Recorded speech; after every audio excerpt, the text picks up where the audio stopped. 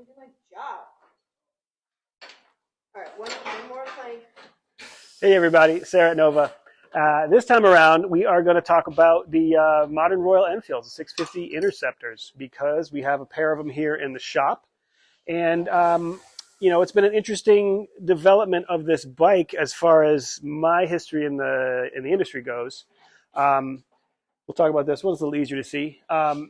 But I am primarily a vintage mechanic myself. I've always been into the old stuff, and now I've finally been around long enough to even be into the stuff that was the stuff that I was into when I was younger is now vintage. So I have a bent towards the vintage, but the Enfield, as you all know, is primarily a modern vintage bike, and they got famous for making the 350 and 500 singles that were made, designed in the 50s. In England, and then production taken over in India, and they kept pumping out the same bike with very few upgrades for a long time. And those were interesting, and I've always liked the concept of them. I love a bike that is no more than it needs to be.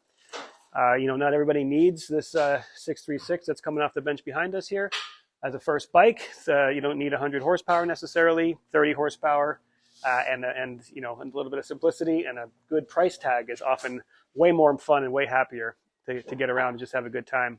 So I really like the simplicity of them. I like the not being overdone and just having just what you need. To me, that's a very fundamental core thing about motorcycling. But I was very disappointed in the quality. They were never blow up in your face terrible, but as a shop, we saw enough of them come in with very low miles that just didn't run anymore. Typically, it was electrical. But the hard part at that point in time, this is probably about 10 years ago, was that there was no part support here in the US. The places to buy parts were websites in India that were translated into English and were hard to decipher. And there was no way to figure out what you needed and which specific model you had necessarily. So we ended up just not working on them. We said, we're not doing Enfields anymore. That was a hard decision, because we like them. The people who run them tend to be kind of similar as a vintage vibe, just want something that's a little bit more reliable. But we as a shop just couldn't support it. We couldn't get it, couldn't get the parts, and we couldn't guarantee that we could actually get the bike turned around in a timeline that made any sense, or not waste all of our time looking for parts that we can't find. So fast forward a little bit, Enfield has, if you follow anything in motorcycle media here in the States, they've been putting a lot of money into the market here. They've been doing some really interesting stuff. They've been giving bikes to custom bike builders, for example, to do custom builds on. They've been doing the Build Bike Train series in Moto America, female-led, female riders, build your own bike, race your own bike, and it's these Enfield 650s. And a lot of marketing, but also a lot more investment in the actual infrastructure of what it takes to support machines once they're out into the world. And that's where we find it interesting, because I, again, had a no Enfield policy. And then I had a customer come in and say, hey, I really want you to just do some service on this bike. And I told him my woes. And I said, listen, the problem is nobody knows what parts these things need. There's no support, et cetera, et cetera. He listened to it, said, whatever caveats you need, it's fine. I got a filter from the dealer and, just change my oil and check some stuff. And so I did. Lo and behold, the filter from the dealer was incorrect. Did not fit. It was case in point of how nobody knows what these things are supposed to get. And that was 5 years ago now, so or maybe 4. So I said, listen, as long as you're willing to work with me on what I can't get for these things, why don't you just, I'll work on it, and why don't we just keep going with it? So fast forward, long story short, that bike is still running great. He's never had any major issues with it. Once we figured out where to get the oil filters, and they are Enfield specific, not a problem anymore. So that kind of information has come a long ways. And the bottom line is the reliability has improved. So Enfield put money into actually building a bike that will stay running, and also supporting it, which is really what you want. So what we have is this parallel twin 650 air-cooled, kind of hybrid of vintage and modern. This is very old school. All the Brit bikes were basically, had their big bikes as a 650, at least at one point in time. The parallel twin, very British, but and air-cooled, obviously. But you have overhead cams, not very British, and you have fuel injection, which is and big oil cooler, which is not a radiator, but still helps keep it all cool. which matters a lot, especially if you're in an urban area. You have traffic, a lot of waiting, stuff like that. So it sticks to their concepts of just simple enough. In many ways, it's more simple than the modern Triumphs, the Bonnevilles. So it just is a little bit lighter, a little more compact, less stuff carrying around. And the engine itself, we get to come around and have a view of it. The engine itself, well, actually, this side is not so good. We'll come around the other side. But even this side is smaller than the Bonnevilles. So for me, I mean, I love the modern Triumphs. I love the parallel twins, but I find them a little bit boring to ride unless they're the 270 crank.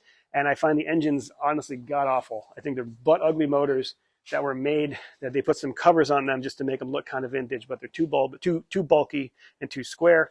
Here you have some separation here of a faux gearbox cover, timing cover. That's very vintage of the individuated parts, and I think actually Enfield does it better than Triumph. So you tear me up in the comments for that, please. But that is my opinion. I think this does a really good job of looking like a vintage bike, but having enough modern components on it. So it's all computerized, obviously, fuel injection, modern ignition, that kind of stuff. The other bike is actually here for throwing an engine code. So we, instead of taking it apart with our spanners, we put a scanner on it and we just see what it says, and it says the side stand switch is funky. This one is here just for basic service. Around I think he's at 8,000 miles or so. So I think we're doing the 10,000. I think it's like 9,000. We're doing the 10,000 mile service a little bit early, just so we can have a good season and not worry about it.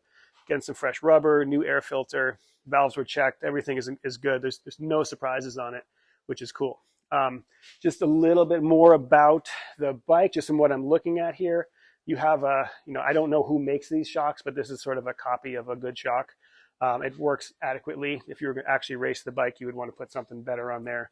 Öhlins ideally, but some other better brand. But it's a dual rate spring, piggyback.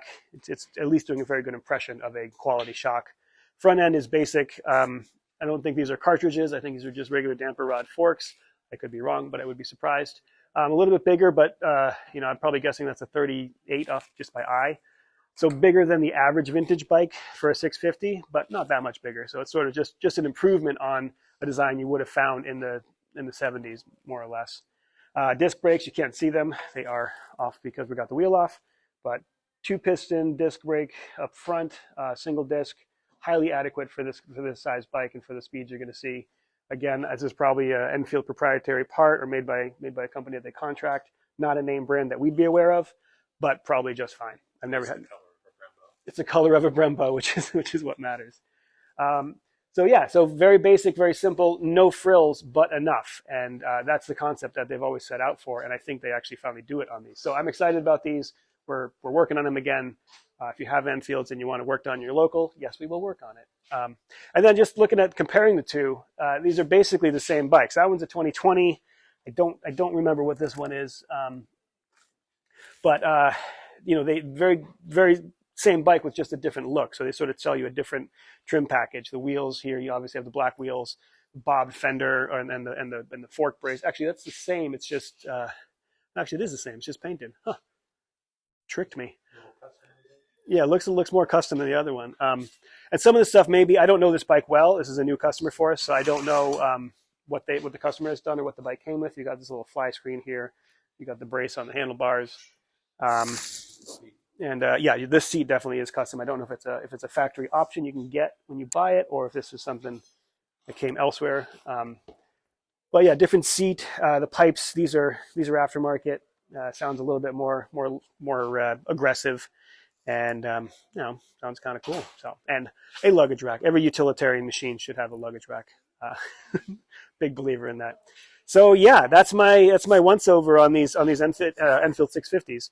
I think they're interesting. I think they work. I think they do a lot. And again, the price point for what you get is exactly where it should be. If you watched my video on the Urals, I do not think that's where it should be. A similar concept, missed terribly on the price, which kind of changes the whole thing. So this is really elemental motorcycling, and you really get a lot for it. So I'm excited to see what they keep doing and where it goes. So yeah, thanks for watching. Please do like and subscribe if you have not. Chime in the comments if you love these things. If you hate them, have at it. And we'll see you again.